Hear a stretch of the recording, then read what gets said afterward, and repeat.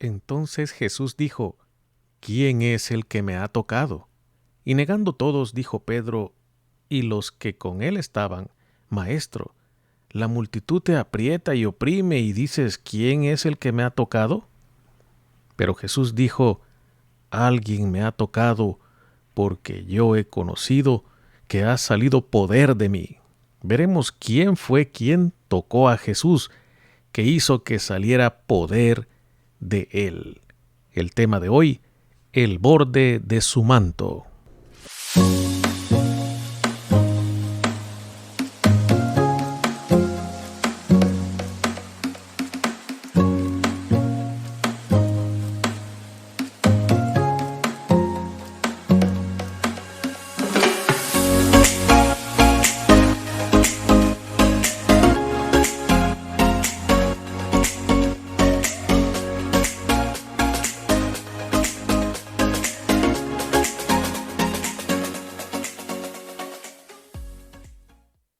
Jesús, en medio de la multitud, caminaba empujado por la misma.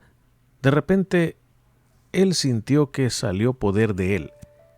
No sintió nada de todas las personas que estaban en la multitud, pero sí de una mujer que apenas logró tocar el borde, la orilla de su manto. Y es que ese es el poder de la fe, a tal grado de sacar poder de Jesús. Recordemos que Jesús venía de la región de los Gadarenos, y allí no lo querían. Le dijeron que se marchara de allí, a diferencia de esta multitud que lo estaban esperando.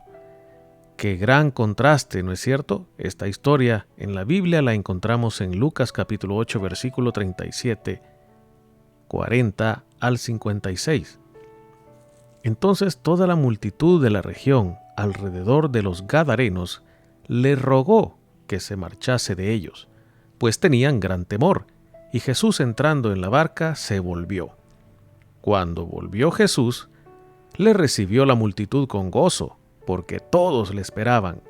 Entonces vino un varón llamado Jairo, que era principal de la sinagoga, y postrándose a los pies de Jesús le rogaba que entrase en su casa, porque tenía una hija única, como de 12 años, que se estaba muriendo, y mientras iba, la multitud le oprimía.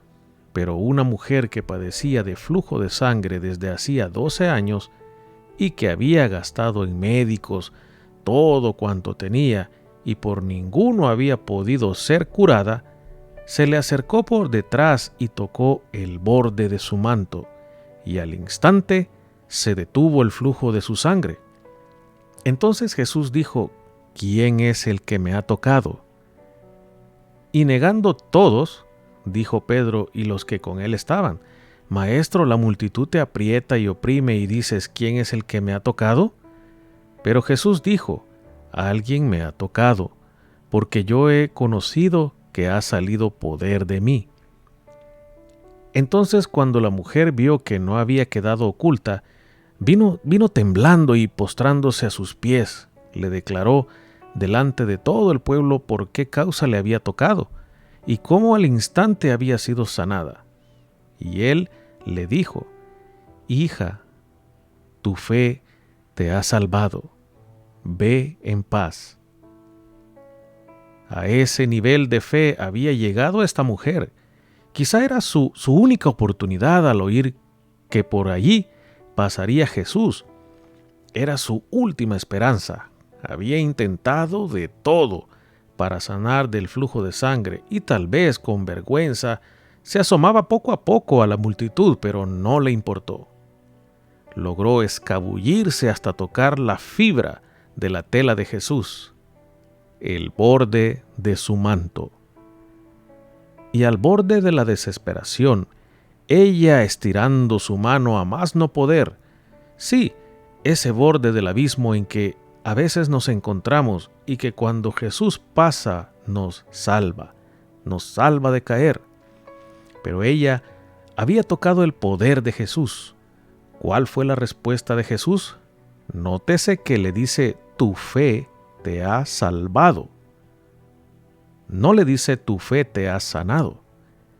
Y él le dijo: hija, tu fe te ha salvado, ve en paz.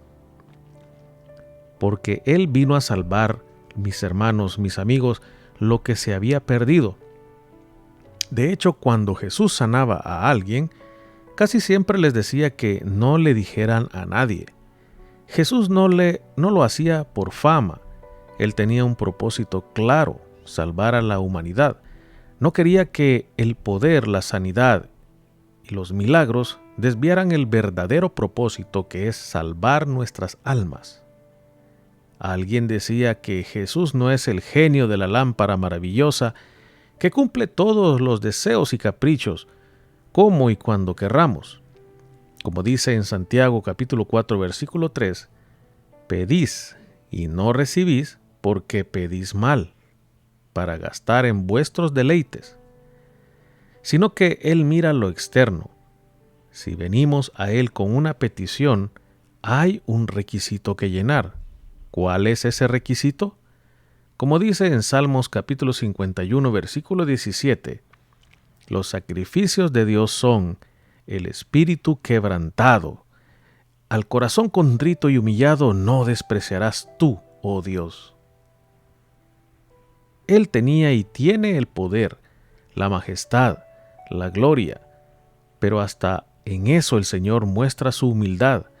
Vino a servir y no a ser servido, al grado de lavar los pies sucios y empolvados, y tal vez hasta malolientes de sus discípulos.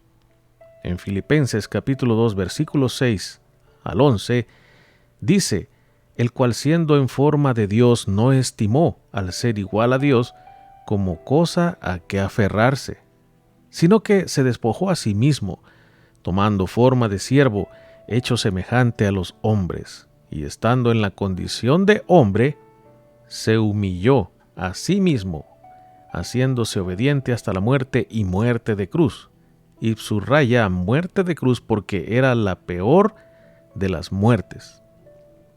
Por lo cual Dios también le exaltó hasta lo sumo y le dio un nombre que es sobre todo nombre, para que en el nombre de Jesús se doble toda rodilla de los que están en los cielos y en la tierra y debajo de la tierra, y toda lengua confiese que Jesucristo es el Señor, para gloria de Dios Padre.